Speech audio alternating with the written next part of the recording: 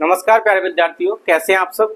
इस वीडियो में बात करने वाले हम क्लास 10th के विज्ञान के प्रकाश परावर्तन तथा अपवर्तन चैप्टर के पार्ट 4 की। इससे पहले हमने इस चैप्टर के पार्ट 1, पार्ट 2 और पार्ट 3 को अपलोड कर दिया है। अगर आपने नहीं देखा है तो आप उसे देख सकते हैं। और उसमें मैंने आपको बताया था कि पेपर में कौन कौन से क्वेश्चन आने वाले हैं। इससे पहले वाला पार्ट 3 को तो आप जरूर देख लें, वहां से आपके पेपर में प्रश्न आएगा, 100% गारंटी से कह रहा हूँ आएगा। तो यहाँ पर देखिए, इसमें जो कवर करने वाले हैं ये टॉपिक है सघन माध्यम तथा विरल माध्यम क्या होता है, प्रकाश का अपवर्तन पढ़ेंगे, प्रकाश के अपवर्तन के नियम पढ़ेंगे, और यहाँ पर देखिए अपवर्तनांक तथा आंकिक प्रश्न भी देखेंगे। और यहाँ से लिख लो पेपर में छपेगा, पेपर में छपेगा, यहाँ से लिख लो। जिस भी टॉपिक को या प्रश्न को मैं आपसे कहूँ पेपर में छपेगा तो आप उसे 100% लिख कर रख लीजिए कि वहां से प्रश्न आएगा ही आएगा। तो आंकिक प्रश्न आएगा अपवर्तनांक से। कहां से आएगा? अपवर्तनांक से भी प्रश्न आएगा, आपके पेपर में मिलेगा। आप क्या करें, इसको आप लिख ले, ठीक है ना। तो अब बात करने वाले हम इन टॉपिक्स की। तो पहला टॉपिक है सघन माध्यम तथा विरल माध्यम। तो सघन माध्यम क्या होता है? देखिए, सघन का मतलब ऐसा माध्यम जिसमें, क्योंकि हम सारी बातें प्रकाश की करेंगे तो प्रकाश के रिगार्डिंग ही हम देखेंगे कि सघन माध्यम क्या है, विरल माध्यम क्या है। तो सघन का मतलब होता है जहां पे प्रकाश की चाल धीमी हो जाए। कैसी हो जाए? जहां पे प्रकाश की चाल धीरे हो, धीमी हो, उसे कहते हैं हम सघन माध्यम।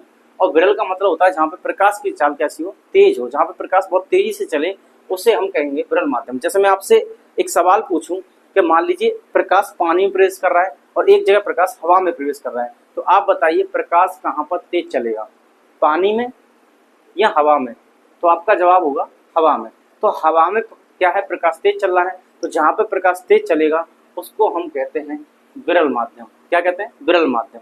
और सघन का मतलब जहां पे प्रकाश की चाल कैसी हो जाए, कम हो जाए, उसको सघन माध्यम कहते हैं। तो बस इतनी सी परिभाषा इनकी देख लीजिए कि सघन माध्यम का मतलब होता है वह माध्यम जहां पे प्रकाश की चाल धीमी होती है, और विरल माध्यम वो होता है जहां पे प्रकाश की चाल तेज होती है। अब देखिए, तेज होती है और धीमी होती है, ये कैसे पता करें? जैसे मान लीजिए हमारे पास दो माध्यम है, एक ये माध्यम है, माध्यम नंबर फर्स्ट, इस लाइन के ऊपर वाला, और एक माध्यम ये है, इस माध्यम को हम दूसरा माध्यम कहेंगे। अब मैंने ये कहा कि माध्यम 1 है, ये वायु है। क्या है भाई? वायु है। और दूसरा माध्यम कांच है। क्या है? कांच है, या पानी भी लिख सकते हैं। तो पहला माध्यम वायु है, दूसरा माध्यम कांच है। अब होगा क्या, यहां से हम कोई प्रकाश की किरण आ रही है, तो यहां से एक प्रकाश की किरण आएगी, ये ऐसे मान लीजिए प्रकाश की किरण है, ठीक है। अब कायदा ये कहता है कि इसको यहां से सीधा जाना चाहिए। कैसे जाना चाहिए? सीधा जाना चाहिए। यहां से ये कुछ ऐसे जानी चाहिए। लेकिन होता क्या है, माध्यम 1 से जब माध्यम दूसरे में कोई प्रकाश की किरण जाती है तो उसकी चाल बदल जाती है। क्या बदल जाती है? चाल देखो बताया था, अगर सघन माध्यम होगा तो प्रकाश की चाल कैसी होगी? धीमी होगी। और यहाँ बताया चाल कैसी हो जाएगी? तेज हो जाएगी। इस बात को दिमाग में रखें। यहाँ पे कैसी है? तेज हो जाएगी, और यहाँ पे धीमी हो जाएगी। अब यहाँ पे देखिए, मैंने कौन सा माध्यम लिया? माध्यम 1 लिया है, और यहाँ पे क्या है? वायु।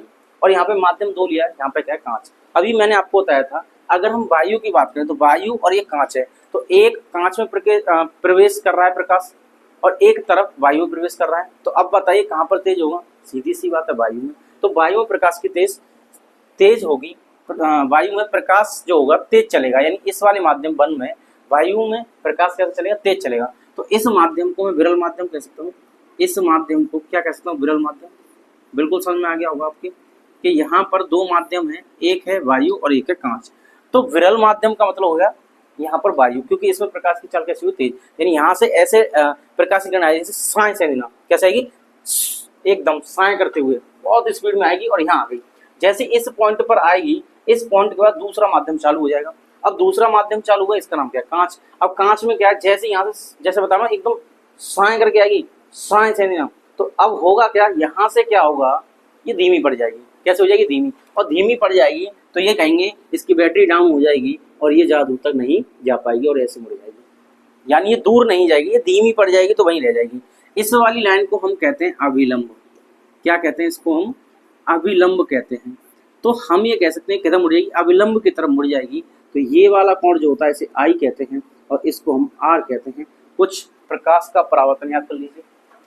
अब यहाँ पे बात करेंगे इस चैप्टर में अपवर्तन की। तो यहाँ पर ये आर होगा, ये कोण परावर्तन कोण नहीं होगा, अपवर्तन कोण होगा, और ये आई जो है यहाँ पर आपतन कोण होगा। तो मैं यहाँ पर आपको सिर्फ इतना समझा रहा था कि जब भी वायु से कांच में जाएगी, यानी विरल से कांच का मतलब यहाँ पे सघन माध्यम, कौन सा माध्यम, तो आप यहाँ लिख लेंगे ये वाला माध्यम हो गया सघन माध्यम। क्या लिख लेंगे, सघन माध्यम। तो जब भी प्रकाशीकरण वायु से यानी विरल माध्यम से सघन माध्यम में जाएगी तो वो अविलंब की ओर झुक जाती है, अविलंब की ओर झुक जाती है। इतनी बात समझ आ गई। तो कैसे पता किया हमने, इससे पता किया भाई सघन माध्यम में कैसे हो जाएगी चाल धीमी, तो जैसे ये सघन में आएगी स्लो हो जाएगी, और यहाँ विरल में कैसा होता है प्रकाश चल तेज, तो यहाँ से ये स्पीड में आएगी ऐसे बहुत तेजी से, और फिर जैसे ये दूसरे माध्यम में जाएगी धीमे हो जाएगी, ऐसे देखिए धाएं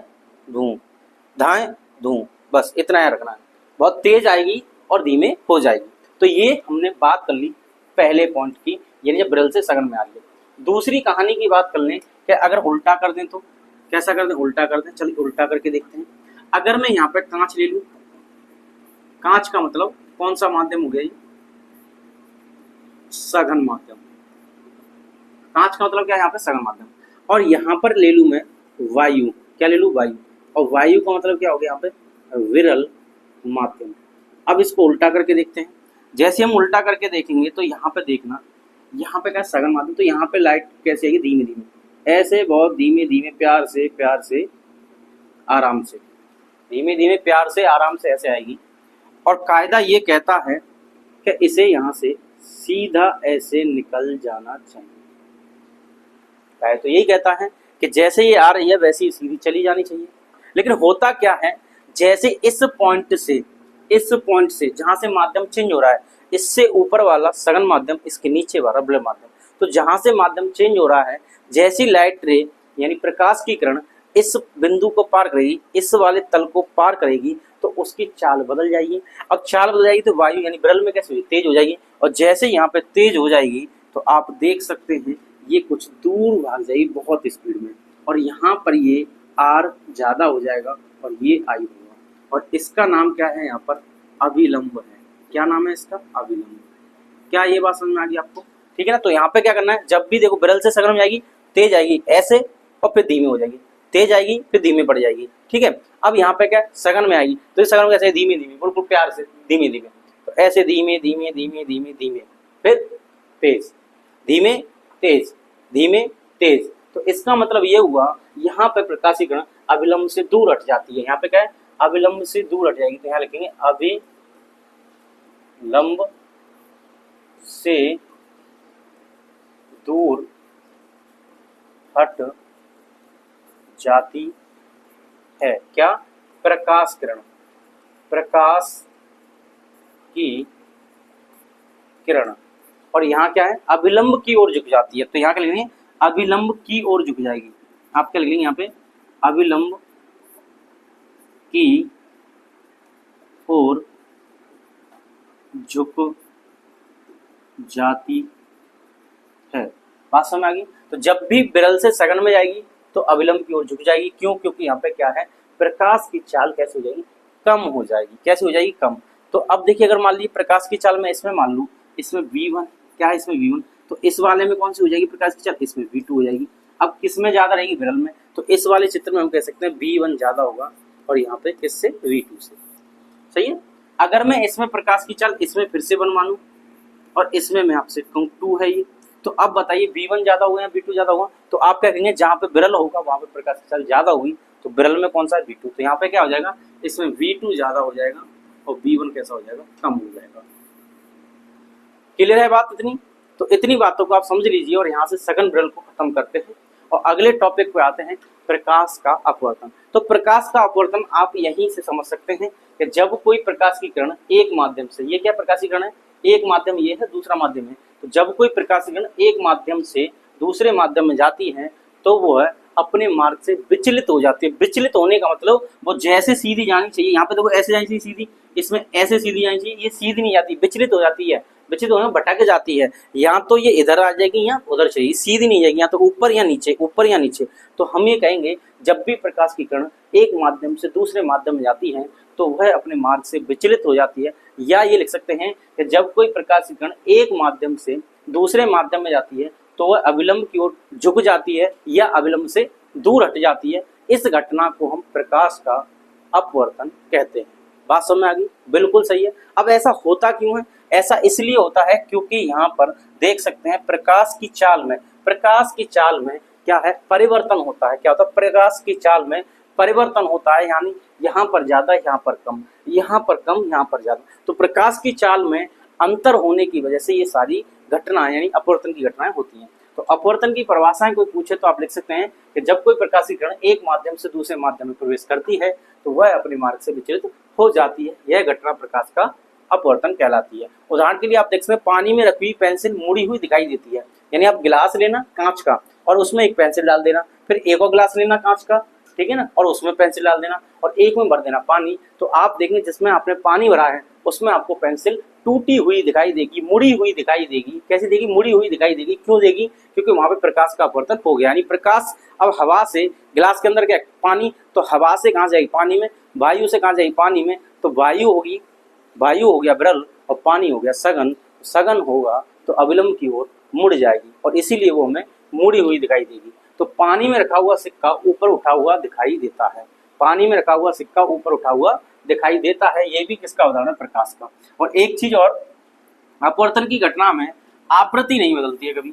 अपवर्तन की घटना में आवृत्ति नहीं बदलती है। क्या क्या बदल जाता है? प्रकाश की चाल बदल जाती है, वेग बदल जाता है और तरंग दैर्ध्य भी बदल जाती है, पर आवृत्ति नहीं बदलती है। यहाँ से पेपर में आपका अगर बना तो MCQ क्वेश्चन यानी बहुविकल्पीय प्रश्न बनता है कि प्रकाश की किरण जब एक माध्यम से दूसरे माध्यम में जाती है तो उसमें से कौन सा गुण नहीं बदलता है। तो आप आंख बंद करके अपने मन में याद करके और आंखें खोल के उत्तर लगा दें। आवृत्ति नहीं बदलती है, बाकी वेग, तरंग दैर्ध्य और चाल बदल जाती है। अभी बताया था चाल बदल जाती है, चाल ही एक तरह की वेग होता है, तो ये भी बदल जाता है। इतनी बातें क्लियर है। चलिए नेक्स्ट टॉपिक की ओर बढ़ते हैं। इसका नाम है प्रकाश के अपवर्तन के नियम। तो प्रकाश के अपवर्तन के नियम क्या होते हैं? जैसे प्रकाश के परावर्तन के दो नियम होते हैं, बिल्कुल ऐसे ही इसके दो नियम होते हैं। पहला नियम क्या होता है? यहाँ पर देखिए, पहला नियम ये होता है कि ये वाली जो किरण आ रही है इसको कहते हैं हम आपतित किरण। कौन सी है? आपतित किरण। ये वाली जो जा रही है उसमें क्या होता है? परावर्तन होता है, तो परावर्तित किरण कहते हैं। इसमें अपवर्तन हो रहा है तो इसको कहेंगे अपवर्तित किरण। तो आपतित किरण, अपवर्तित किरण। और ये क्या है? अविलंब। तो आपतित किरण, अपवर्तित किरण, और ये क्या है? अविलंब। अविलंब कहाँ पर? इस बिंदु पर, इसको कहते हैं आपतन बिंदु। तो आपतित किरण, अपवर्तित किरण और आपतन बिंदु पर अविलंब तीनों एक ही तल में होते हैं। कैसे होते हैं? तीनों एक ही तल में होते हैं। परावर्तन में ये होता है कि कोण आई और कोण आर का मान बराबर होता है, पर यहाँ पे कोण आई और कोण आर बराबर नहीं होते हैं। कोण आई और कोण आर बराबर नहीं होते हैं। क्यों नहीं होते? कभी प्रकाश की जो अपवर्तित किरण है वो अविलंब की ओर चली जाती है और कभी अविलंब से दूर हट जाती है। तो यहाँ पे कोण जो आर बदलता रहता है, इसलिए बराबर नहीं होते। तो पहला लिख देंगे आपतित किरण, अपवर्तित किरण तथा दोनों माध्यम को प्रथम करने वाले पृष्ठ के आपतन बिंदु पर अविलंब सभी एक ही तल में होते हैं। आप शॉर्ट में ऐसा लिख सकते हैं, आपतित किरण, अपवर्तित किरण तथा आपतन बिंदु पर अविलंब। यहाँ से आपतन बिंदु पर अविलंब सभी एक ही तल में होते हैं। यहाँ से लिखने की कोई जरूरत नहीं है, इतना अगर भूल जाओ तो कोई दिक्कत नहीं है, ठीक है, यहाँ से कर सकते हैं। दूसरा, प्रकाश के किसी निश्चित रंग, मतलब रंग एक ही होना चाहिए। जैसे लाल है तो लाल का मतलब, हरा है तो हरा है, तो कोई सा एक कलर हो, निश्चित हो प्रकाश का, तथा निश्चित माध्यमों के युग्म के लिए। जैसे मान लिया आप फिक्स कर दीजिए कि ऊपर हवा है और नीचे पानी है, यहाँ ऊपर कांच है नीचे पानी है, यहाँ ऊपर वायु है नीचे कांच है। फिक्स कर दीजिए इनको माध्यमों का युग्म, यानी इसे फिक्स कर दें हम। और रंग भी फिक्स कर दें प्रकाश का। क्या फिक्स कर दें? प्रकाश का कलर। जैसे मान लीजिए आपने लाल कलर का प्रकाश एक माध्यम से दूसरे माध्यम में भेजा और माध्यम फिक्स कर दिए, एक को आपने वायु कह दिया, एक को आपने कांच कह दिया, और कैसा रंग है? लाल। तो दो चीजें फिक्स कर दी, एक तो माध्यम फिक्स कर दिए और एक क्या फिक्स कर दिया आपने? रंग फिक्स कर दिया। अगर ये कंडीशन सेटिस्फाई होती है तो यहाँ पर जो कोण आई बनेगा, आपतन कोण। कौन सा कोण? आपतन कोण। ये जो आई है तथा कौन सा कोण है भाई? एक अपवर्तन कोण। ये क्या है? आर। तो आई और आर की जो ज्या होगी, ज्या को कहते हैं हम साइन। तो साइन आई और साइन आर का जो अनुपात होगा ये एक स्थिरांक होगा, एक नियतांक होगा। इसको हम एन या म्यू से दिखाते हैं। किससे दिखाते हैं? एन या म्यू से दिखाते हैं। और इसे हम स्नेल का नियम भी कहते हैं। क्या कहते हैं? स्नेल का नियम भी कहते हैं। पेपर में पूछा जाए स्नेल का नियम लिखिए तो आप लिखेंगे एन या इसे कहते हैं म्यू, और ये हो जाएगा यहाँ पर साइन आई बट्टे साइन आर। तो एन या म्यू यहाँ पे साइन आई बट्टे साइन आर हो जाता है। अब यहाँ पे एन या म्यू क्या है? एन या म्यू क्या है? तो यहाँ पे देखिए, जहां एन मैं n लिख रहा हूँ, आप म्यू लिख सकते हैं, जहां n अपवर्तनांक है। क्या है? अपवर्तनांक है। इसको हम रिफ्रैक्टिव इंडेक्स कहते हैं। क्या कहते हैं भाई? अंग्रेजी में कहते हैं इसे रिफ्रैक्टिव इंडेक्स। क्या ये? अपवर्तनांक है। तो अपवर्तनांक क्या होता है अब देखते हैं। तो देखिए अपवर्तनांक क्या होता है, यहाँ पे समझिए कि ये जो कोण आई है, ये जो कोण क्या है? आई है। तो एक माध्यम से दूसरे माध्यम में जाते हैं, तो कुछ मैं यहाँ पे पहले की तरह बना के दिखा रहा हूँ। ये प्रकाश की किरण कुछ ऐसे आएगी और मान लीजिए ऐसे झुक जाएगी। तो आप देख सकते हैं ये कौन सा माध्यम हुआ? ये वाला विरल हो गया। और ये झुका है यहाँ पे, तो इसका मतलब ये हो गया सघन माध्यम। कौन सा हो गया? सघन। अब इसमें जो प्रकाश की चाल है v1 और इसमें प्रकाश की चाल है v2, ठीक है ना। तो इसमें हमें क्या करना है? अपवर्तनांक की बात करनी है। तो यहाँ पे कोण कौन सा होगा? ये I होगा। और यहाँ पे कोण कौन सा होगा? ये R होगा। इतनी बात ठीक है। तो अपवर्तनांक कैसे निकालते हो? तो यहाँ पे लिखेंगे n, कितने माध्यम है हमारे पास? 2, एक ये और एक ये। तो जिसके सापेक्ष आपको निकालना है, जिसके सापेक्ष अपवर्तनांक निकालना है, अपवर्तनांक ये बताता है कि कहाँ पर प्रकाश की चाल ज्यादा है और कहाँ पर कम है। यानी प्रकाश की चाल कम और ज्यादा हो रही है, ये कौन बताएगा? अपवर्तनांक बताएगा। कौन बताएगा? अपवर्तनांक बताएगा कि प्रकाश की चाल ज्यादा है या कम है। अगर आपको विरल और सघन माध्यम ना दिया हो और आपको सिर्फ n दिया हो, क्या दिया हो? n, तो आप n से पता कर सकते हैं कौन सा विरल होगा, कौन सा सघन होगा। कैसे करेंगे? अभी बता देंगे, क्वेश्चन करेंगे जब। तो यहाँ पे हमने I बना लिया, यहाँ R बना लिया, ये V1 है और ये V2 चाल है। तो यहाँ पर क्या करते हैं? दूसरे माध्यम का अपवर्तनांक निकालते हैं। किसका निकालते हैं? दूसरे माध्यम का। ये क्या है? माध्यम 2। आप लिखेंगे यहाँ माध्यम 2। और ये वाला कौन सा है? ये है माध्यम 1। हम ये कह रहे हैं माध्यम 2 का अपवर्तनांक बताइए। क्या बताइए? माध्यम 2 का अपवर्तनांक। तो जिसका अपवर्तनांक निकालना है उसे यहाँ लिखते हैं, जिसका अपवर्तनांक निकालना है उसे यहाँ लिखते हैं, और किसके सापेक्ष में उसे यहाँ लिखते हैं। ठीक है, बात समझ आ गई ना। देखो n का मतलब हो गया अपवर्तनांक, n का मतलब अपवर्तनांक। किसका अपवर्तनांक है ये? तो यहाँ पे क्या लिखा है? इधर देखिए, ये कहा, ये क्या लिखा है? 2। तो ये अपवर्तनांक है 2 का, ये अपवर्तनांक है 2 का। 2 क्या है यहाँ पे? माध्यम। तो ये अपवर्तनांक है दूसरे माध्यम का, अपवर्तनांक है दूसरे माध्यम। किसके सापेक्ष है? पहले के। किसके सापेक्ष है? पहले के। तो क्या पढ़ेंगे इसे? माध्यम 2 का अपवर्तनांक पहले माध्यम के सापेक्ष।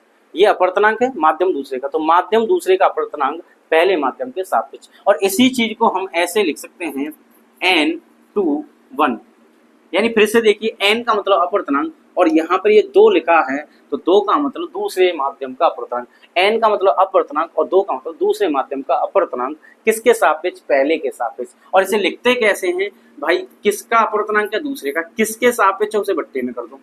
किसके सापेक्ष? पहले के सापेक्ष है, उसे बट्टे में कर दो। जिसके सापेक्ष होता है उसे बट्टे में करते हैं। और ऐसे लिखेंगे तो पहले लिखेंगे या इसके बाद लिख सकते हैं। n के साथ जो भी लिखा हो, जैसे मैं आपसे कहूं कि यहाँ पे लिखा है n x y, अब मैं आपसे कहूं इसे पढ़ के बताइए। तो n का मतलब अपवर्तनांक, n का मतलब अपवर्तनांक। n के पास क्या लिखा है यहाँ पे? x, तो x का अपवर्तनांक है। ये किसका है? x का अपवर्तनांक है। किसके सापेक्ष है? y के सापेक्ष है। समझ में आ गया? इस तरीके से आप इन्हें रीड कर सकते हो। कर सकते हैं नहीं? अब मैं आपसे लिखूं कि यहाँ पे मान ली n लिखा है और यहाँ पे लिखा है w और यहाँ पे लिख दिया मैंने a, या मैं ऐसे लिख दूं इसे NWA। इसका मतलब क्या है? तो इसका मतलब ये है, n का मतलब अपवर्तनांक। किसका अपवर्तनांक है? ये वाटर। w का मतलब वाटर, तो ये अपवर्तनांक है किसका? वाटर का, यानी पानी का। तो ये पानी का अपवर्तनांक है। किसके सापेक्ष है? ये एयर, एयर के सापेक्ष है, वायु के सापेक्ष। तो हम इसे कहेंगे जल का अपवर्तनांक। वाटर का, w फॉर वाटर यानी जल, तो जल का अपवर्तनांक है वायु के सापेक्ष। इसे भी ऐसे कहेंगे, इसको और इसको हम ऐसे लिख सकते हैं, यानी NWA को हम ANW भी लिख सकते हैं। क्या ये बात समझ में आ गई? कैसे इसे पढ़ना है, कैसे लिखना है? यहाँ पर बच्चों को दिक्कत आती है, इसलिए मैंने इस पर थोड़ा सा टाइम लिया और समझाया। अब देखिए, हमने 1n2 निकाल लिया, तो इसका मतलब दूसरे माध्यम का अपवर्तनांक है पहले के सापेक्ष। इसे भी कहेंगे दूसरे माध्यम का अपवर्तनांक पहले के सापेक्ष। और जिसका अपवर्तनांक निकालना है, यहाँ पे 2 आ गया। किसके सापेक्ष है? बट्टे में कर दीजिए। अब इनके चाल की बात करें, यहाँ पे v1 है, यहाँ पे v2 है। तो देखिए, यहाँ पर ये माध्यम 2 था, 2 के लिए n2 आ गया, और ये पहला था, पहले के लिए यहाँ पे n1 आ गया। अब जो चाल जो होती है, चाल इसका उल्टा होता है। यहाँ पे 1 आता है और यहाँ पे 2 आता है। बस इतनी सी कहानी आप समझ लीजिए। यानी अगर n2 ऊपर है तो v2 नीचे आएगा, अगर n1 नीचे है तो ये ऊपर है। तो यहाँ से निकल के आता है कि n अनुपाती होता है 1/v। n अनुपाती होता है 1/v, यानी n जो है अपवर्तनांक है, v क्या है? यहाँ पे प्रकाश की चाल है। ये v क्या है? यहाँ पे प्रकाश की चाल। क्या है? प्रकाश की चाल। तो हम ये कह सकते हैं कि ये किस में संबंध है? अपवर्तनांक और प्रकाश की चाल में संबंध है। जहां पर प्रकाश की चाल ज्यादा होगी, ये समझिए, यहाँ पर जहां पर प्रकाश की चाल ज्यादा होगी वहां पे अपवर्तनांक कम होगा। अब इस बात को थोड़ा सा रिमाइंड कीजिए कि जहां पर प्रकाश की चाल ज्यादा होती है, जहां पर प्रकाश की चाल ज्यादा होती है वो कौन सा माध्यम होता है? विरल। और विरल माध्यम में n कम होता है। अभी बता रहा था n से हम सघन विरल बता सकते हैं, तो बिल्कुल बता सकते हैं। जहां पर प्रकाश की चाल ज्यादा वो माध्यम विरल, और विरल के लिए n का मान कम। ठीक है, ये बात समझ आ गई। दूसरी बात समझिए, दूसरी बात ये समझिए कि अगर b का मान कम है, यानी जहां पर चाल कम है वहां पे अपवर्तनांक कैसा हो जाएगा? ज्यादा हो जाएगा। और जहां पे चाल कम है वहां अपवर्तनांक ज्यादा, इसका मतलब कौन सा माध्यम है? सघन माध्यम है। तो सघन माध्यम के लिए n का मान ज्यादा होता है। क्या ये बात समझ में आ गई? बिल्कुल उम्मीद कर रहा हूँ समझ में आ चुकी होंगी। तो अपवर्तनांक समझ में आ गया क्या होता है? तो अपवर्तनांक ये बताता है कि कौन सा माध्यम सघन है और कौन सा माध्यम विरल है।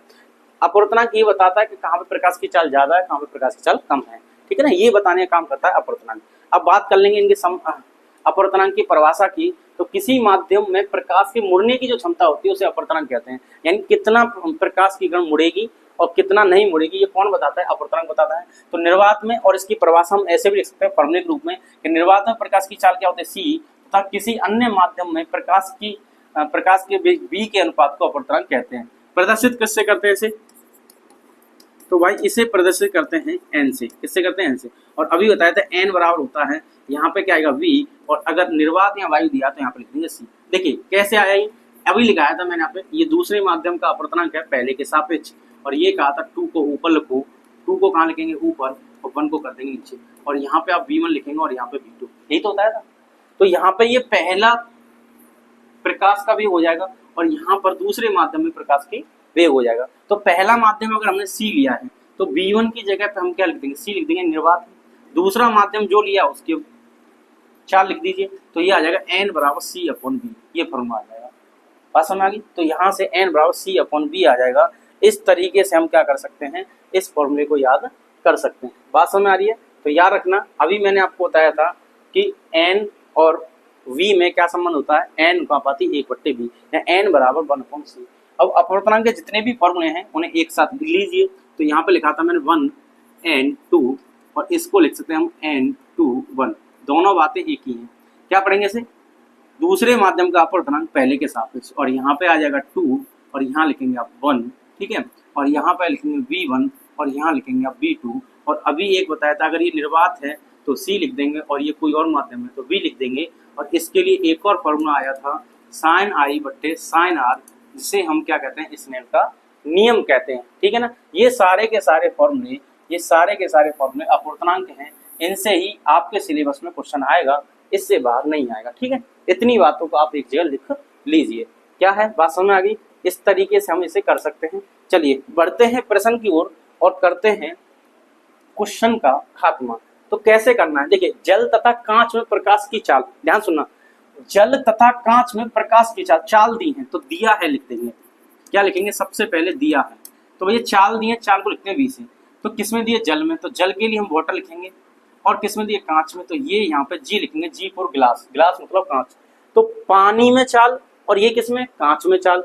कितनी है भाई? लिखते हैं, ये दिया 2.25 इंटू 10 की पावर 8, तो ये दिया 2.25 गुणा 10 की घात 8 और मीटर पर सेकंड। बात सही है? ये किसका है? देखो पहले जल लिखा है तो पहली चाल जल की होगी। दूसरी देखिए, यहाँ पे लिखा है 2 गुणा 10 की घात 8, तो 2 गुणा 10 की घात 8 मीटर प्रति सेकंड। बात समझ आ गई? प्रश्न को आराम से पढ़ना है। तो 2 गुणा 10 की घात 8 मीटर पर सेकंड किसका हो गया? ये गिलास में हो गया। किसमें हो गया? गिलास में हो गया। इस बात को आप देख लीजिए बहुत अच्छे तरीके से। क्या समझ चुके हैं इतना? तो v क्या हो गया? g निकाल दिया। अब क्या कह रहा है? पहला पॉइंट आपसे कह रहा है भाई, ये आंसर बताइए, पानी के सापेक्ष कांच का अपवर्तनांक। तो किसका चाहिए अपवर्तनांक? किसका अपवर्तनांक चाहिए बताइए? किसका अपवर्तनांक चाहिए भैया? अपवर्तनांक चाहिए हमें n। किसका चाहिए? कांच का अपवर्तनांक। तो कांच का चाहिए तो यहाँ पे लिख दिए कांच, और किसके सापेक्ष चाहिए? पानी के सापेक्ष चाहिए, तो यहाँ पे पानी लिख दीजिए। क्या बात समझ में आ गई आपको? बिल्कुल, ये आपको प्रश्न में पूछा है पहले में। दूसरे को भी साथ में लिख देते हैं। चलिए, अब ये कह रहा है वायु के सापेक्ष कांच का अपवर्तनांक, वायु के सापेक्ष, तो यहाँ पर कांच का अपवर्तनांक चाहिए। अब किसके सापेक्ष चाहिए? वायु के सापेक्ष चाहिए। समझ में आ गया? ये लिखना, देखिए फिर से, कांच का अपवर्तनांक, तो जिसका अपवर्तनांक चाहिए पहले n लिख दो, किसका चाहिए उसे यहाँ लिख दो, किसके सापेक्ष चाहिए उसे यहाँ लिख दो। तो ये हो गया कांच का अपर्तनांक वायु के सापेक्ष तो वायु के सापेक्ष। अगर पानी के सापेक्ष चाहिए तो अपर्तनांक चाहिए कांच का पानी के सापेक्ष। इस तरीके से लिखना, मैं आपको बार बार बता रहा हूँ ऐसे लिखना है। क्या ये क्लियर हो पा रहा है आपका? उम्मीद कर रहा हूँ ये आपको समझ में आ गया होगा। समझ में आ गया तो कमेंट करके बता दीजिए कि आपको समझ में आ चुका है। अब देखिए सॉल्व करते हैं, चलिए सॉल्व करते हैं पहले को। तो पहला सॉल्व करते हैं तो मैं यही कर देता हूँ, तो डब्लू एन जी, क्या मैं इसे ऐसे लिखता हूँ N G upon N W, बताइए लिख सकता हूँ क्या? ये वो वाला फॉर्मूला देखिए यहाँ पे अभी बताया था कि एन, ये देखिए यहाँ पर क्या निकालना है हमें, ये है डब्लू एन जी, क्या है डब्लू एन जी, तो इसके लिए लिख के दे रहा हूँ डब्लू एन जी लिखा था, तो यहाँ पे डब्लू एन जी, तो इसको हम ऐसे लिखते हैं N G upon N W. बताइए भाई लिख सकते हैं, देखिए यहाँ पे जी किसकी जगह पर, टू की जगह पर, वन की जगह पर डब्लू है, तो जी वाला यानी टू वाला ऊपर है तो जी वाला ऊपर, या डब्लू वाला नीचे, यानी एन के पास जो लिखा होगा वो ऊपर आएगा और इधर या जी के पीछे लिखा होगा बट्टे में आएगा। अब देखिए यहाँ पे चाल की बात करते हैं तो B1 ऊपर आता है, B1 का मतलब जो यहाँ पे ये शुरुआत में लिखा है तो यहाँ पे देखिए 1 आएगा, तो शुरुआत में W लिखा है तो यहाँ पे VW आएगा, और यहाँ पे क्या आएगा ये वाला, तो ये आ जाएगा BG। समझ में आ गई बात? तो इस तरीके से हम इस फॉर्मूले को लिख सकते हैं। अरे लिख सकते हैं नहीं लिख सकते, बिल्कुल लिख सकते हैं। तो यहाँ पे देखिए मैं इसे ऐसे लिख सकता हूँ, तो देखिए भाई, हाँ भाई आ जाइए यहाँ पे, ये VW आएगा और यहाँ पे क्या आ जाएगा, ये VG आएगा। बात क्लियर है? बात क्लियर है। तो अब देखिए आगे, अब आगे कैसे करेंगे, तो हमें क्या चाहिए, हमें WNG का मान चाहिए, तो WNG को तो भाई ऐसे ही लिखे दो, इससे कोई छेड़खानी नहीं करनी। तो VW का मान कितना, VW का मान ये है 2.25 गुणा 10 की घात 8, क्या यही है? बिल्कुल यही है। अपॉन में ये VG कितना है, 2 गुणा 10 की घात 8, सही है। तो 10 की घात 8 से 10 की घात 8 स्वाहा। अब क्या बचा, ये बचा आपके पास 2.25 और बट्टे में 2, दशमलव हटाइए 2 जीरो बढ़ाइए। अब इसको काट देंगे, देखिए 25 अट्ठे 200 और 25 निम्मा कितने हो जाएंगे 225, और यहाँ पे देखिए 25 अट्ठे 200 होते हैं, तो ये आ जाएगा आपका 9/8। तो इसका आंसर कितना आ गया, 9/8 आ गया। तो पहले का लिख देंगे हम n, ये क्या हो जाएगा g और ये w, और इसका आंसर आ गया भाई 9/8, यही इसका आंसर है। और चाहो तो आप भाग दे लीजिए और कोई दिक्कत नहीं है, इस पे आपका नंबर नहीं कटेगा, यहाँ पे छोड़िए। और ध्यान रखना अपवर्तनांक का कोई मात्रक नहीं होता, अपवर्तनांक यानी एक अंक है, अंक का कोई मात्रक नहीं होता, तो इसका कोई मात्रक नहीं होगा। इतना समझ आ गया। चलो दूसरे को करते हैं, ANG को करते हैं। किसको करते हैं, ANG को। तो यहाँ पे कर देंगे हम ANG, तो ये आ जाएगा NG अपॉन NA, और यहाँ पे करेंगे हम, यहाँ पे A वाला किसका करेंगे, यहाँ पे A की चाल चाहिए और यहाँ पे किसकी चाल चाहिए, G की चाल चाहिए, ठीक है ना। लेकिन A और G का चाल तो दिया नहीं है, तो अब आप क्या करें, तो NG और NA का मान निकालें। क्या करेंगे, NG और NA का मान निकालेंगे। कैसे निकालेंगे, तो देखिए यहाँ पे VW दिया है, VG दिया है, तो हमने इसको सॉल्व करके ऐसे कर दिया। तो यहाँ पे A नहीं दिया है, तो इसको आप क्या मान लेंगे, निर्वात की चाल मान लेंगे। किसकी मान लेंगे, निर्वात की। तो यहाँ पर आप फॉर्मूला लगा देंगे सीधा सीधा, वायु के सापेक्ष दिया है तो वायु यानी निर्वात की बात होती है, तो ANG इसको लिख देंगे C/V, क्या लिख देंगे C/V, और यहाँ पे क्या लिख देंगे G, और इसमें वैल्यू लगाएंगे 3 गुणा 10 की घात 8 होता है, और यहाँ पर इसकी वैल्यू लगा देंगे ये वाली 2 गुणा 10 की घात 8 होता है। इससे ये कैंसिल कर दीजिएगा, तो ये आ जाएगा आपका 3/2, इसका आंसर हो जाएगा।